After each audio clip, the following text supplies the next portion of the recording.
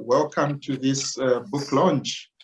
My name is Teddy Sakupapa. I'm senior lecturer at the University of the Western Cape here in Cape Town in South Africa. And it's a great privilege to welcome all of you to this special occasion at which we are launching a very important contribution to Christian theological scholarship, a book that has been authored by Professor Hans Engdahl. So it might just be right, I think, before we get started, I just want to ask Prof Engdahl to mute his microphone for some background. Thank you. That is fantastic. So let me start by welcoming Professor Hans Engdahl. He was for many years an extraordinary professor at the University of the Western Cape. And perhaps I should also mention that I'm a very proud former student of his at the University of the Western Cape. And he has just recently published the book titled African Church Fathers, Ancient and Modern. And during this occasion, we will get to hear a little bit more about this very interesting and exciting contribution by Professor Hans Engdahl. So before we get started, I would also just like to welcome another contributor for this session, who is Professor Samuel Rubenson. And we're excited to hear from you once that time comes. And let me also introduce my senior colleague, Professor John Classen, who is the head of department at the University of the Western Cape. And also a very warm welcome to all of you that have taken time to join us for this book launch. So let me just quickly run through how the schedule will be. About 5 to 10 minutes will be assigned to the two contributors, namely myself and Professor Samuel Rubenson. And after that, we will have the author of the book sharing with us and also an opportunity for us to engage with him in case there are some questions that might come up, but also further interaction with the speakers. So before we get started, I'm just going to hand over to the chair for this session, who is Professor John Classen, to take it up from here. Over to you, Professor Classen. Thank you very much, Dr. Sakupapa. Welcome again. I know you've been warmly welcome, colleagues, but welcome again. And can I just share one or two words from our department in appreciation of the work that Professor Engdahl has done for us? And I'll try just to be 2 or 3 minutes. But also, again, welcome on our behalf. Professor Hans Engdahl and his wife Barbara are both household names in South Africa and in the Western Cape in particular. They are known here amongst us in the academic community, but also within the church community and the activist community. Now, their association with South Africa runs deep in the history of this country, including within the working class communities such as Athlone, Elsie's River, and Mitchell's Plain. Those are the communities that I know they've been very involved in. Both of them have rubbed shoulders with church communities in, our working class areas, but also with, particularly with church leaders such as Archbishop Desmond Tutu. Now, Professor Engdahl is a long association with our Department of Religion and Theology at UWC, where he was professor teaching liturgy and reconciliation. He's now currently serving as an extraordinary professor at our university. Just, you can just indulge me for one more minute, Professor Engdahl's unique contribution, according to my mind, lies certainly within the intersection of the church and community. Hence, he worked many years to establish the Desmond Tutu Chair in Ecumenical Theology. And this, Hans, is the legacy that you left here in our department, our university, but also within the world of theology and religion. In your final years, I remember being here with us, the project that you pioneered, the peer project, and then the subsequent project that we are still working on, the tier project, as you called it, has certainly resulted in a number of publications, and we are very grateful for that. And then finally, I just want to end off by saying it's not only the academic contribution that you have made, Hans, but you have ensured that your legacy will live on for many, many years to come, and hopefully generations. You have empowered the new and younger scholars, and myself and Dr. Sakupapa, we are products of your hard work.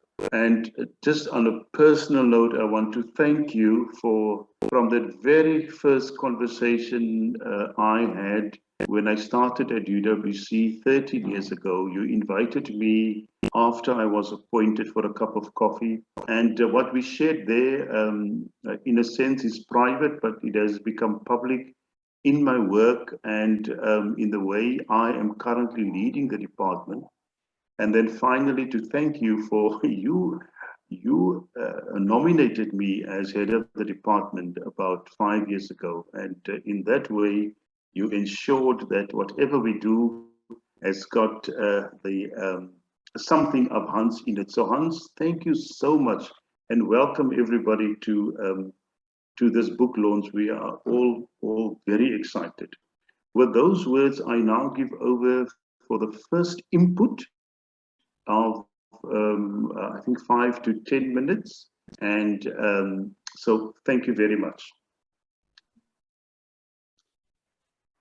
So my name was put first on that list. So I'm Samuel Rubenson, professor of church history at Lund University, and nowadays also senior professor of Eastern Christian Studies at the Stockholm University College. I was actually born and raised in Ethiopia, so I have an African background, and Ethiopian culture was in a way my native culture. I came to Sweden as an adult, starting with university studies. And of course, I realized as a child already that the Ethiopian church was very much at the center of that culture.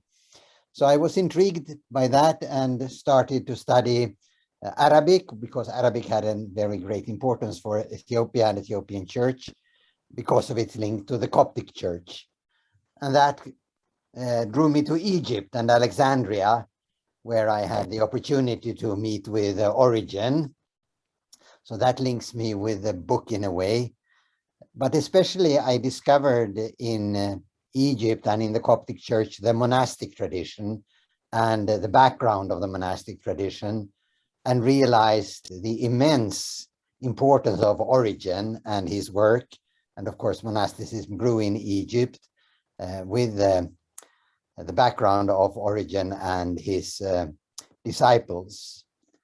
And I think that's only realized nowadays that monasticism actually rests very heavily on the legacy of Origen, and that it was within monastic circles that Origen was cherished.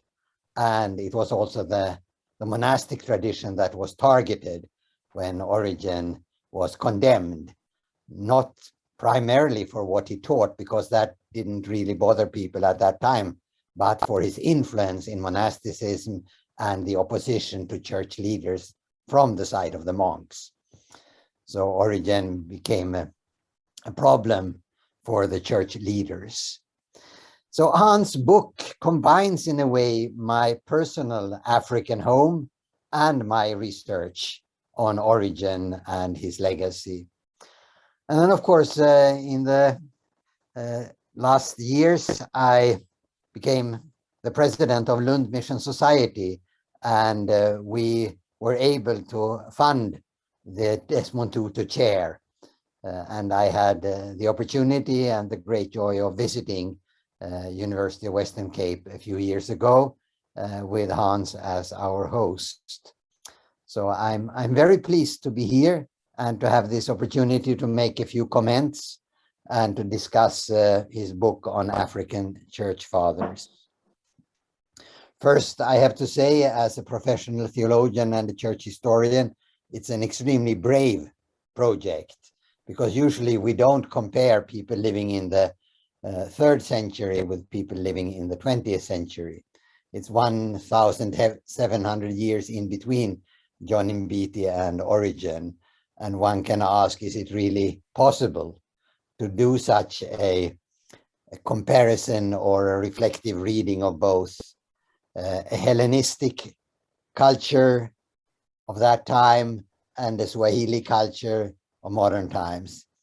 And the question is, of course, does Africa unite them in any way, except, of course, Alexandria and Kenya being both in Africa? And I've discussed that with Hans, and I have some issues about this concept of African. Is everything that is within the continent of Africa really that united? But reading the book and in the conversations, I think there are a number of common issues that are targeted very well by Hans Engdahl. And I would like to put this together into the basic issue, I think, for very clearly for Origen, and most probably also for John Mbiti. How are we to relate unity and diversity, the corporate and the particular? How can it be that God is one and that we all somehow belong together when we and everything in our world is particular and disintegrating? What is it that is unity, and how can that be of greater importance when we only see the particular? Like in modern philosophy, all is in the observable, what ancient philosophers call the attributes. And the question is, where is the essence? Is there an African essence, a divine essence, a Christian essence, or are there only different forms?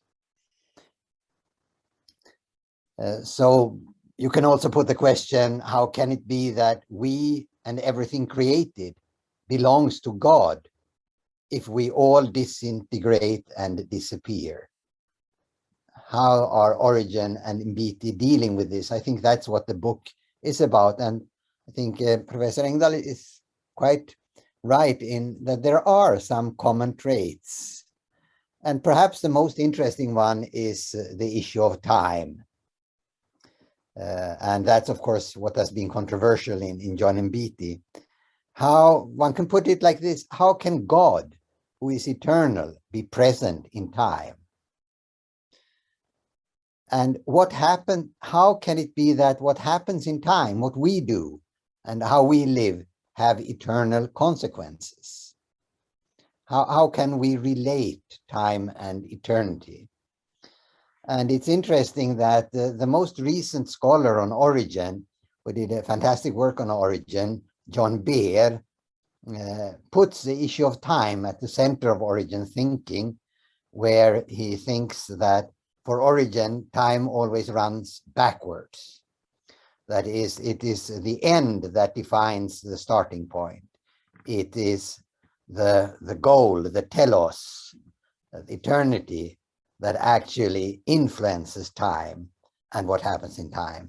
So in a way, it was the resurrection that made creation necessary and made even the fall necessary. It's not the fall that requires incarnation and resurrection. It's actually incarnation and resurrection that requires both creation and fall.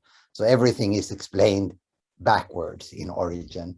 That's quite an interesting, and Origen shows how that works through the Bible. I think that is an interesting link that could even be developed further in relation to Mbiti.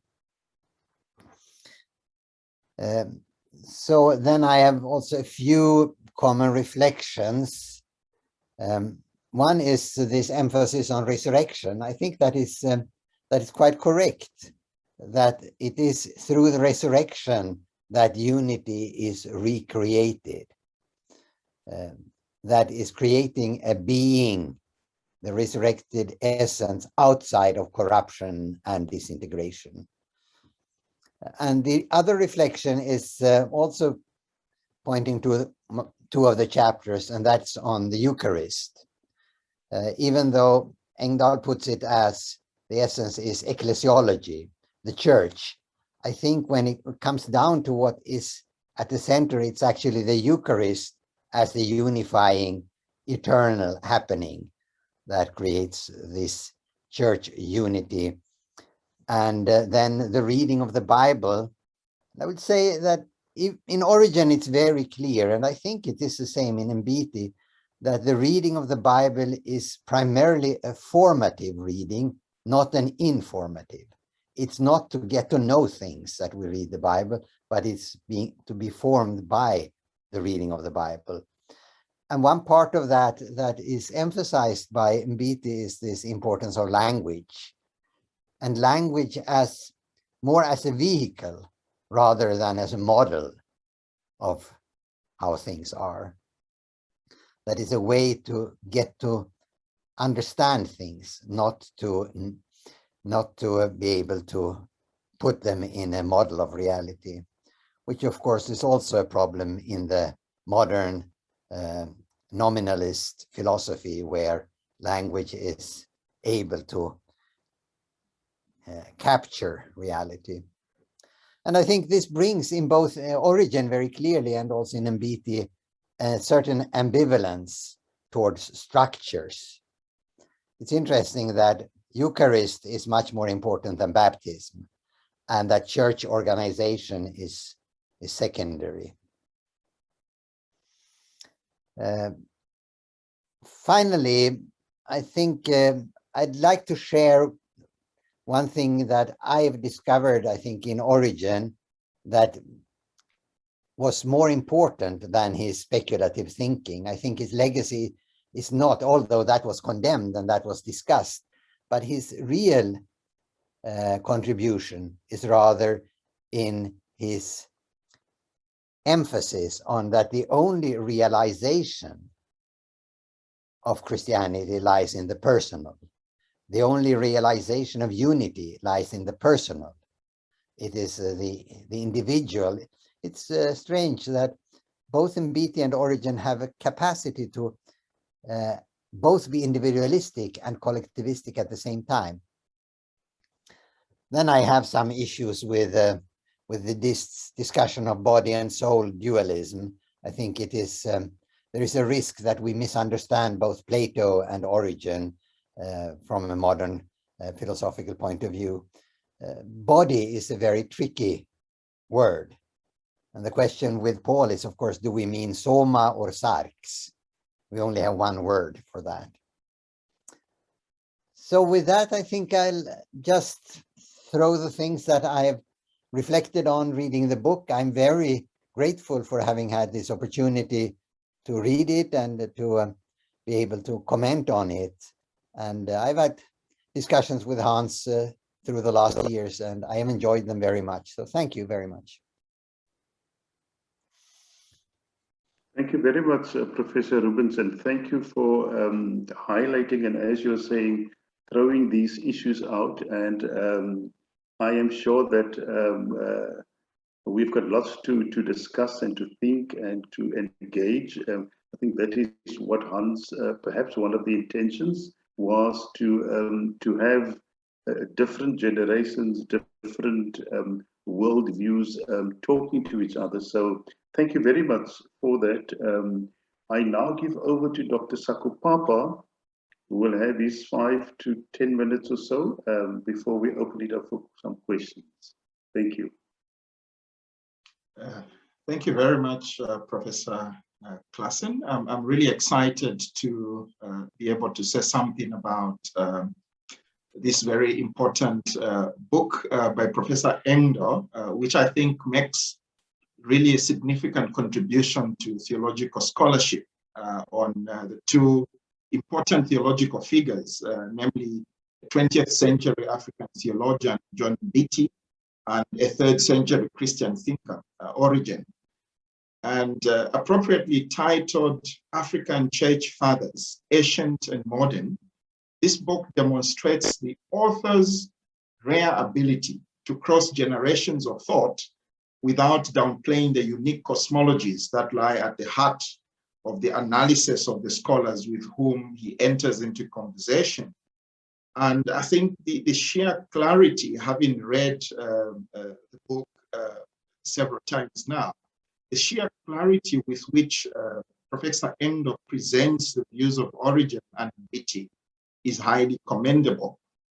Now, let me say something about the book itself. It's divided into 3 parts, and the book offers what is, in my view, an erudite analysis of notable key themes in the respective thought of Mbiti and Origen.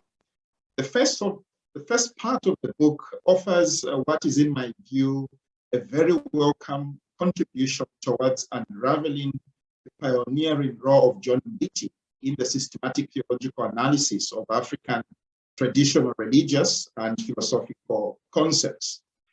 In the second part of the book, Hans focuses on Origen and offers a critical appraisal of Origen's theology with reference to the role and impact of Platonic cosmology on Origen's theology.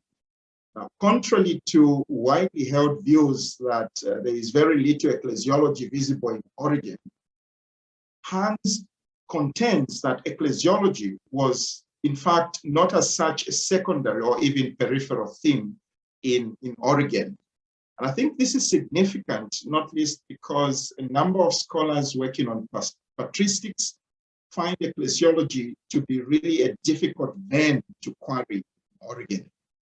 In this vein, this book further contributes towards understanding Origen's ecclesiology as one of the keys to his system. And further, Engdahl's discussion of Origen's eschatology, particularly on apokatastasis, provides a wealth of knowledge on Origen's thought, but also reveals Origen's speculative tendency. In the third part of the book, the author discusses the theme of resurrection, which the earlier speaker has already commented on. So it discusses the theme of resurrection in both Mbiti and Origen. And by arguing that resurrection is a decisive factor in the respective theologies of Mbiti and Origen, the author of this book makes a brilliant contribution to discourse on African systematic theology. And I use systematic theology deliberately. The author, in my view, succeeds in offering an interesting analysis of important themes in the respective works of the two scholars, Mbiti and Origen, and meticulously points out thematic areas of convergence. And these include, according to the author, the centrality of the philosophical and religious dimension, an ecclesial dimension. I'll bet this is kind of nuanced in both, as Hans demonstrates, where Mbiti was more ecumenical in the way in which he approached ecclesiology, whereas Origen was some sort of a free spirit, given the way Origen is presented, the Origen in Alexandria and the Origen in Caesarea. And so this book brings to the fore a nuanced interpretation of the key themes in Mbiti and Origen, namely philosophy, ecclesiology, and eschatology.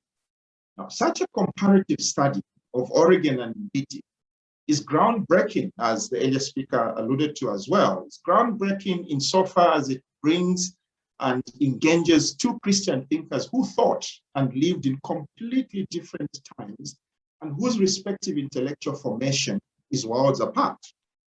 The author, therefore, makes an interesting case that brings to the fore a particular philosophical interest in both thinkers. Now, while appreciative of both thinkers, Hans Engdahl offers what I thought was a charitable critique of both Mbiti and Origen. He critiques Mbiti's open-endedness with respect to most of his innovative contributions discussed in this book, and particularly problematizes Mbiti's corporate eschatology.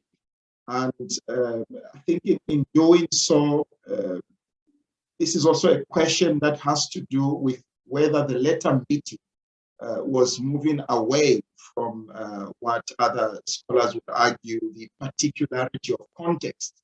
That the earlier Mbiti engaged with context, for example, the initial articulation of the so-called African concept of time, specifically the Akamba concept of time, was a particular study in context.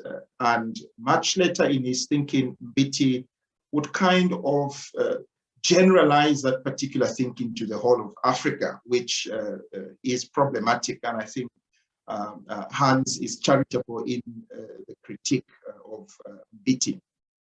Coming to Origen, it seems that the author is more careful in his critique of Origen's speculative tendency, particularly in the chapter on Origen's eschatology.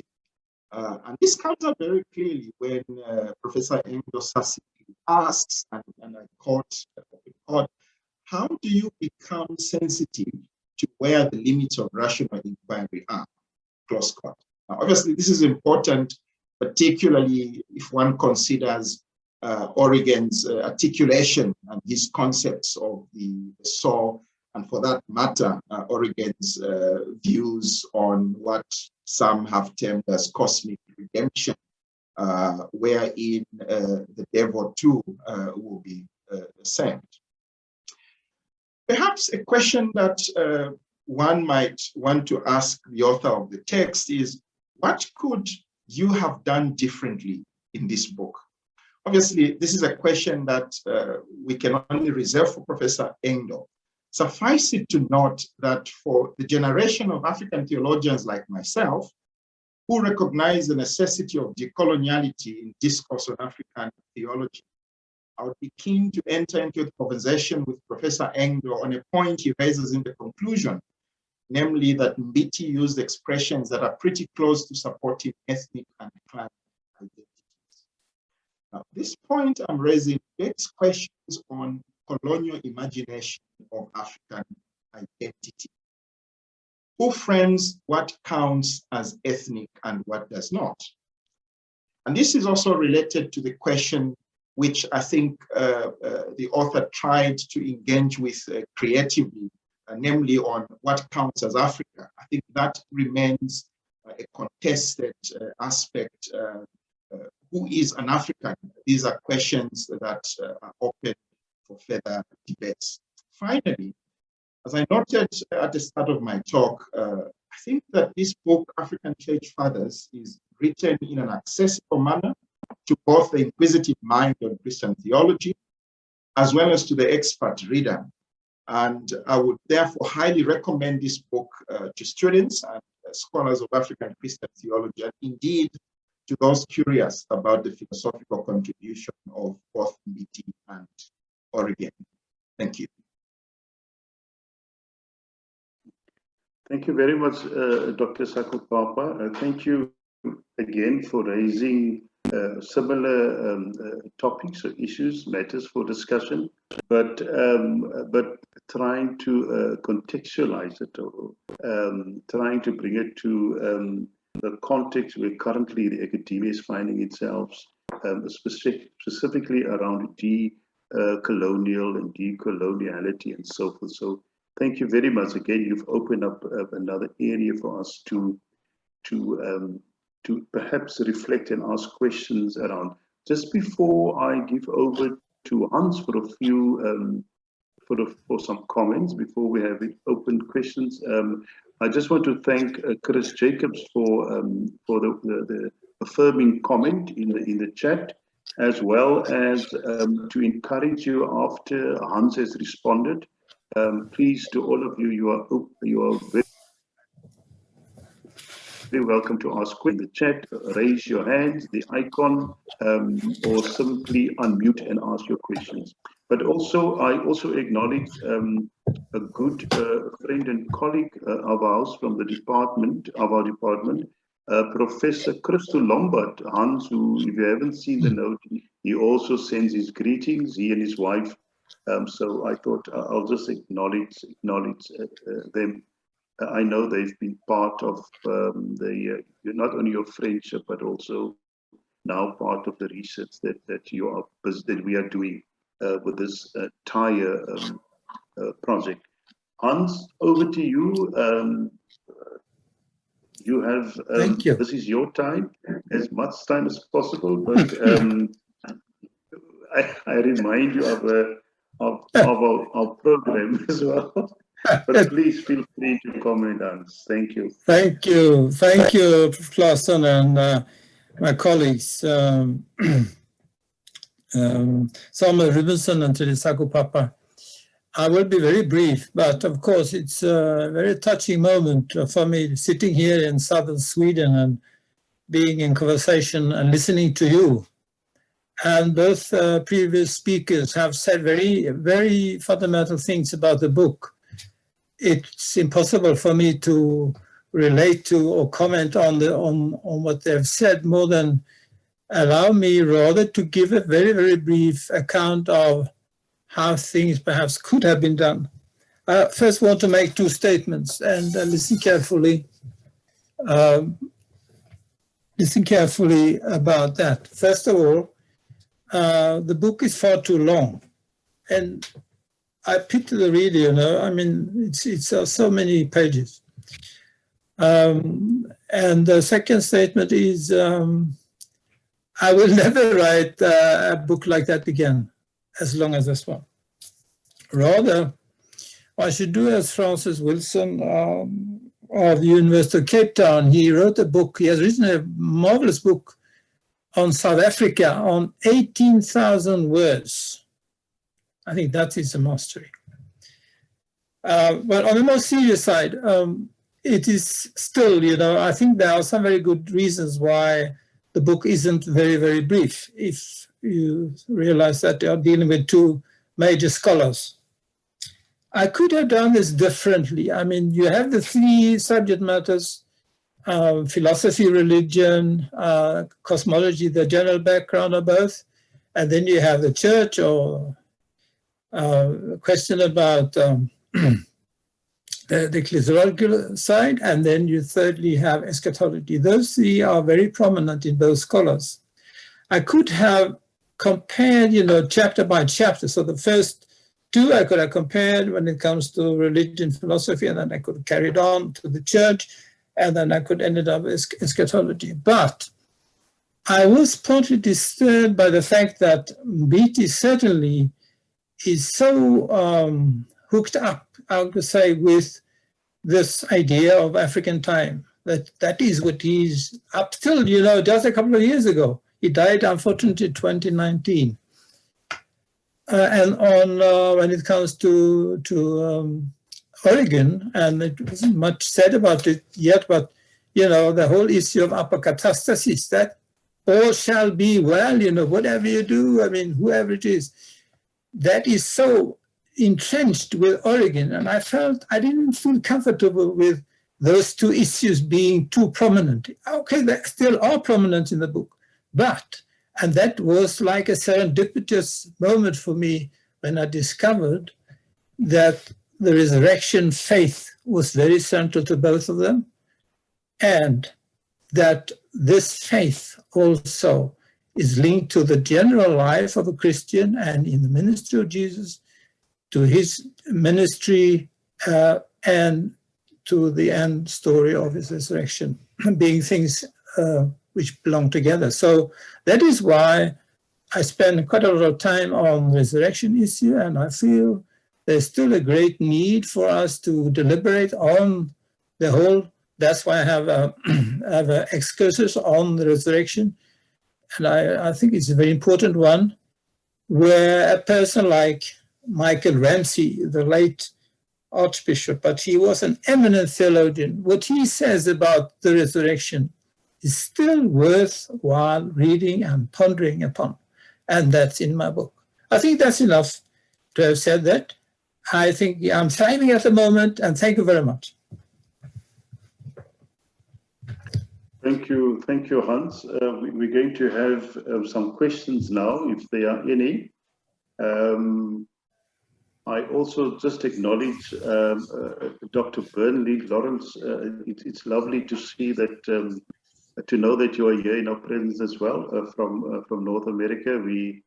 We thank you, and we also acknowledge your long-standing association with Hans and also with us as a department. So thank you for your comment as well. We are open for questions. Any comments, any discussions, even the panelists, if you want to elaborate on any of the points that you have made. I mean, I was fascinated by Samuel. I wonder what you would say. Now, knowing Hans personally, and you also, of course, know him, but when I got to know Hans, I got to know him as a, you know, I can still see Hans walking in our corridors on a Tuesday, on particular because he used to do a service at the cathedral every Tuesday morning, but with his clerical garb. And Hans, as I was reflecting on this, you were the only one in our department who would wear a clerical collar to some lectures and in our corridors.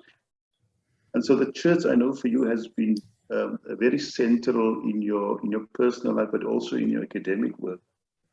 I was wondering whether Professor Rubenson, if you can just say something about the tension that you mentioned of the church and the Eucharist. If you can maybe, you know, sort of elaborate a little bit more on that in one of the comments that you have made. Yeah, I'll happy to try to do that.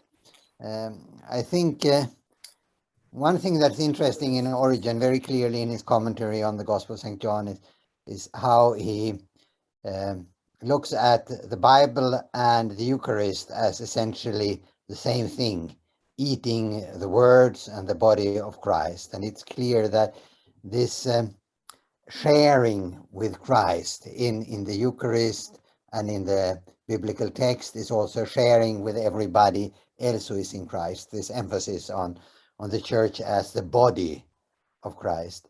And that is, I think, very clear in the legacy of Origen too, where in the monastic tradition you get this same emphasis on the Eucharist, but also the personal reading, the prayer as the place where heaven and earth are united, and where you are part of the heavenly church, which is the same. And then there is the problem of, so to say, the organization and structures of the church, and the demand, which created the problems for Origen's legacy, the demand for a common confession, for a common explanations, for a strict canon, for a kind of unity in ideas and teaching. Because for Origen, I think this was impossible to have a unity in teaching, because what is taught is formative and thus different for different hearers and disciples. And that's also clear, very clearly in the monastic tradition, that you have to give different answers to different people. So you can't just have the same answer for everybody. And that, of course, created the tension, on the one hand, the church needing some structure of unity, but also the monastic tradition as outside of that, in the margins of the church. And this acceptance of margins, which I think is ecumenically extremely important, I think has a connection to Mbiti too, who doesn't emphasize the Anglican tradition as being, so to say, the church, the best way of being church. Thank you very much. Thank you. I welcome Professor Douglas Laurie, who also a former member of our department, now still a research fellow. So Douglas, please go ahead and pose your question or your comment. Yes, I want to ask all the panelists, any of the panelists can answer. It's about the question of time. And it was actually sparked by what Professor Samuelson said about body and soul. Now, it seems to me, having lived outside the academic world for a while, that ordinary people in ordinary conversations use words like time, body, soul, in a whole range of different meanings. Unlike academics who want to define their terms, ordinary people in conversations don't. And in the end, I think we all live with different conceptions of body, soul, time, and I could add a list as long as you're on to that. Could perhaps initially Professor Samuelson respond to that? Yeah, I think that is very important that we use these words for different purposes differently and in different contexts. And time is, of course, a very tricky issue. We don't have the same concept of time always. Things that are long ago or recent can have very different meaning to us, independent of the hours and days and dates. But also when it comes to theology, to Eucharist, to resurrection and so on, the question is time in a way collapses. It's clear that this idea of time, that at the end, that the eternity is after certain centuries or so on, and the resurrection is happening at a final moment, is problematic for Origen, because in a way, as also of course in Paul, resurrection, even my own resurrection has already happened, although I didn't die, but in a way I already died. So I'm living both in time and in eternity at the same time. And in a way, eternity is not after time, but rather the moment. Eternity is in every moment, where the time is only in one moment at a time. So I think, especially the issue of time, I would like Hans to have developed further in relation to both Mbiti and Origen. And then, of course, the body and soul. What do we mean by body? Paul struggles with that too when he talks about the resurrection body.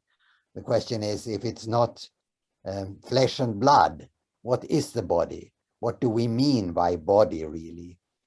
And that, I think, creates problem for a too simplistic mention of Origen as a Platonist.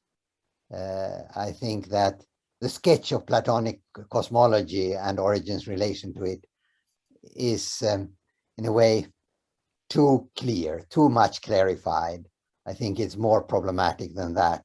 And there were, of course, issues in Plato for Origen that he didn't agree on Plato's teaching. But I think one important difference between Mbiti and Origen, which is not really mentioned, is, of course, that Mbiti is struggling against something, the colonial, the mission experience, the way of looking at Africans. He's struggling against dominant perceptions and dominant ideas. Whereas Origen is not struggling against anything. He tried to show that Christian philosophy is the answer to everything that other philosophers have struggled to find.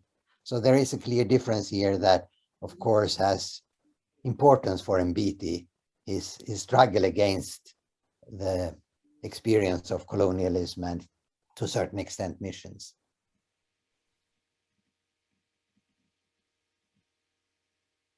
Thank you very much, Professor Samuel.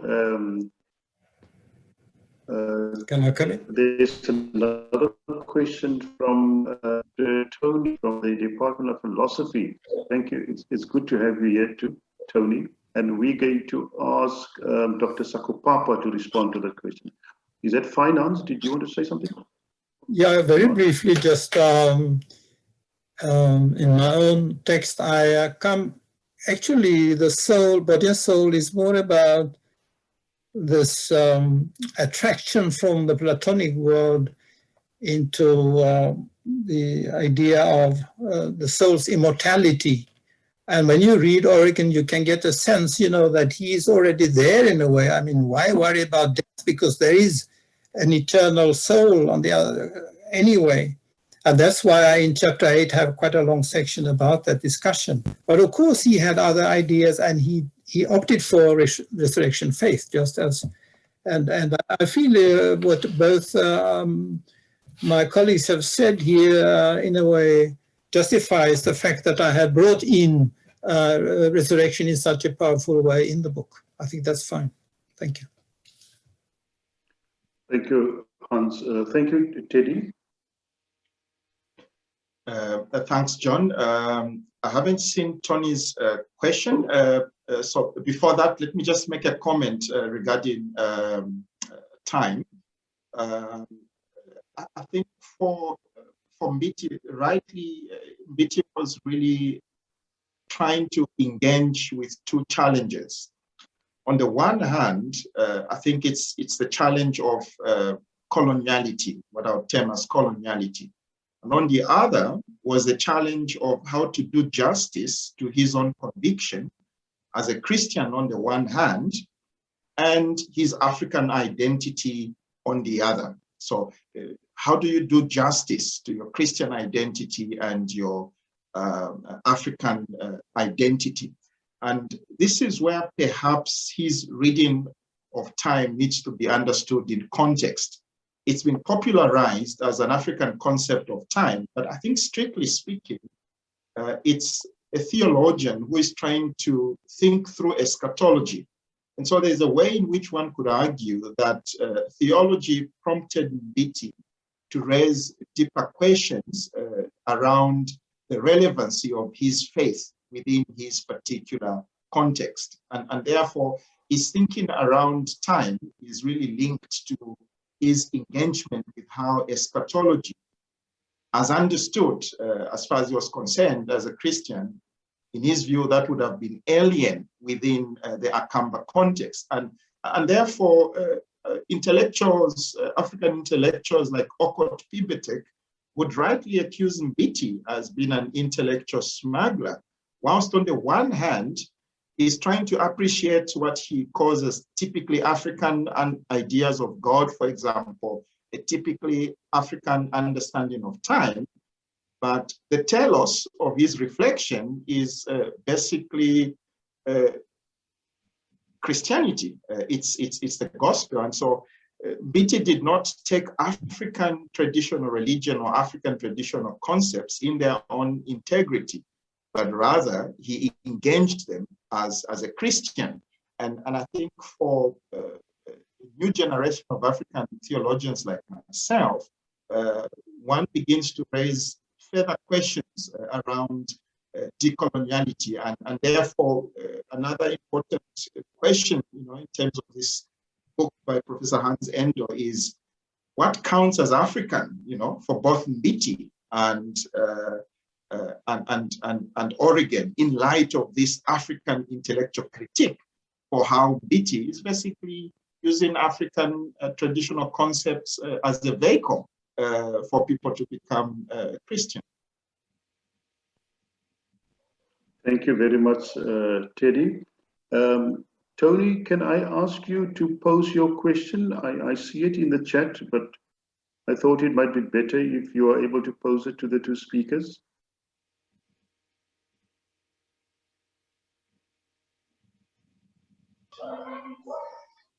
Greetings, everyone. Can you hear me? Yes, thank you, Tony. Yeah, I'll just read what I posted there. First of all, congratulations to Prof Hans for what looks like a fine book. I've not read the book yet, but just listening to the speakers, I thought I should ask whether they are implying that the cultural diversity in Africa detracts from the comparative project between Origen and Mbiti. I suspect that's what part of what's going on in the book. That and if so, in what way? It would seem to me that notwithstanding the diversity on the continent, there's some overlapping similarity around which one might ground something distinctively African. So we can talk about an African identity, notwithstanding those differences. So I'd just like Dr. Sakupapa to speak to that briefly. Thank you. Yeah, thanks, Tony. I think that those are really critical questions to raise. I think Tony is a philosopher. I think philosophers like Hotunji and others have done quite interesting work trying to problematize, what precisely do we mean when we talk about Africa as a geographical concept that is fairly obvious. But as a notion of identity, this becomes complex. And I think if one compares Origen from the 3rd century and Mbiti from the 20th century, it even makes the question even much more complex in terms of trying to find what would constitute Africanness in 3rd century Origen and Africanness in 20th century John Mbiti. But obviously, there are several commonalities in terms of the work, the theological reflection, as I think Hans tries to demonstrate in this book. But from where I stand, I think this is perhaps a question for further reflection in terms of what would precisely count as African in terms of such a comparative study. So it's not just comparing 21st century North Africa and 21st century Eastern Africa. It's 3rd century North Africa and 20th century Africa. So I think it's complex. This is notwithstanding that the notion of Africa is fixed. I think identity obviously is socially contrasted. But I think in terms of a comparative project, one would have hoped for further elaboration on the Africa in the book by Professor Engdahl. Thank you very much, Teddy. We have Could I make a very short comment? Yes, Hans, would you like to respond? Yeah, very briefly, thanking Tony. It's so good to hear you. And I remember a seminar that we had in the department a few years back. You gave me an advice, and that was, don't forget about Quasi Viredu, as the Nestor, or one of the great philosophers of Africa, or was a few decades ago. And it's very clear, which I also show in the book, that there is something in common between him and Mbiti. That is that even Viredu, who was as far from church or Christianity you could even imagine an African to be, he also puts emphasis on the language, the African languages, that when it comes to formulating theoretical concepts, not just taking over from English or French, he just advised the people how to sit down and use their own language and formulate the philosophical concepts from that context. The other comment is simply when it comes to what is Africa, of course, this is a kind of pedagogics, it's a kind of making things workable. And it is not without significance that Alexandria is in Africa. Then you can argue endlessly about it's a part of Middle East, blah, blah, blah. Yes, but it's also Africa. And I think there's a pedagogical point in bringing together these two people having happened to live in Africa. And of course, the diversity is perhaps greater in Africa than anywhere else. And yet there is something called Africa. Thank you. Thank you, Hans. We have time for one more question, but Ernst, you posed a question chat, and I don't want you to listen to the panelists, and this will be the last question for this discussion. Thanks, Ernst.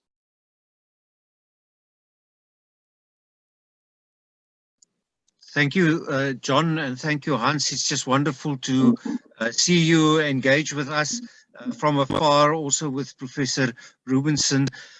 My question is thinking about narrative time. I remember a conversation I once had with Ted Peters on Mbiti's eschatology, and he said he went to Kenya to find out whether it's actually accurate, the assumption that Africans don't have an understanding of the future, or not a strong emphasis on the future. And he said that is not true, because there is this narrative understanding of time where you tell a story, typically focusing on the past, but you tell it in the present, and you leave the future open-ended, so that if Mbiti adopted a more narrative notion of time, it would have saved him some trouble. And then I thought, but maybe that applies to Origen as well. He could have benefited from it too. I'd just be interested to hear your comment on that.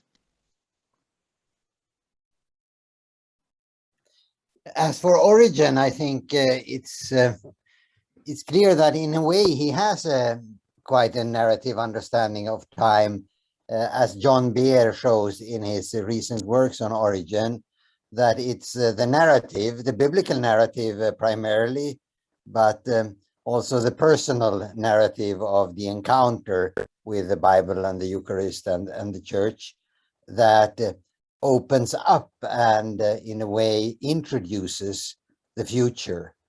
So it is because it's the understanding of the narrative as a road towards the future that gives the narrative a meaning. So the meaning of the narrative lies in the future, which we can't see because we are looking towards the back. We have the future is behind us and the past is in front of us.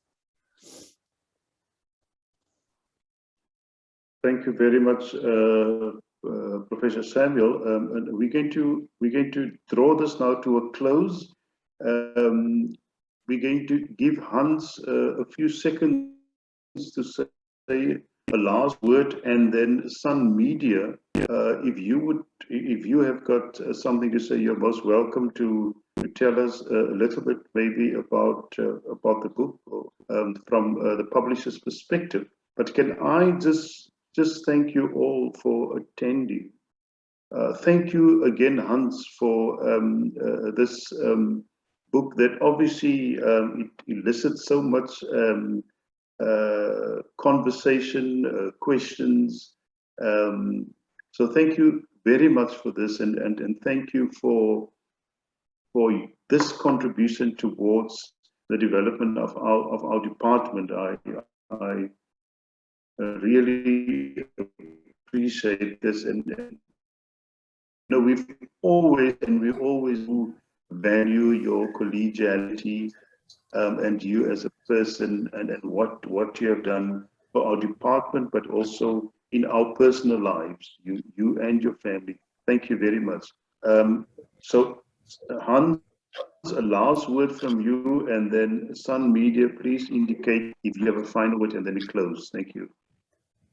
Yes, very, very briefly, Samuel Rubenson, Teddy Sakupapa, thank you very much. I appreciate what you said, if you've done. There is food for thought. And I want to thank John, and I want to thank UWC, my home base still, you know, spiritually and mentally. I am very much with you. And thank you, other colleagues in the department and other colleagues, Uppsala, Lund, wherever, even in the US and whatever. This is a very international meeting, I know. Thank you very much for fantastic friendship and fellowship through the years. And let the struggle go on for justice and peace and for truth. Thank you.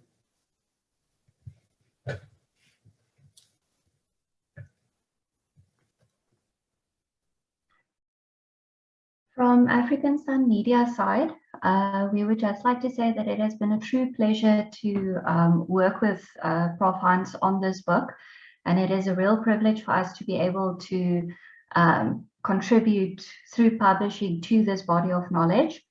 To everyone who is attending the event, You will receive a follow-up email tomorrow, which will provide you links of where you can access the book, if you haven't done so already, as well as links to view the launch again, and the links will be shareable if you would like to send it out to any other colleagues. So thank you from our side. Thank you very much. Colleagues and friends, go in peace, and we pray God's peace upon you. And thank you very much for this. Good night.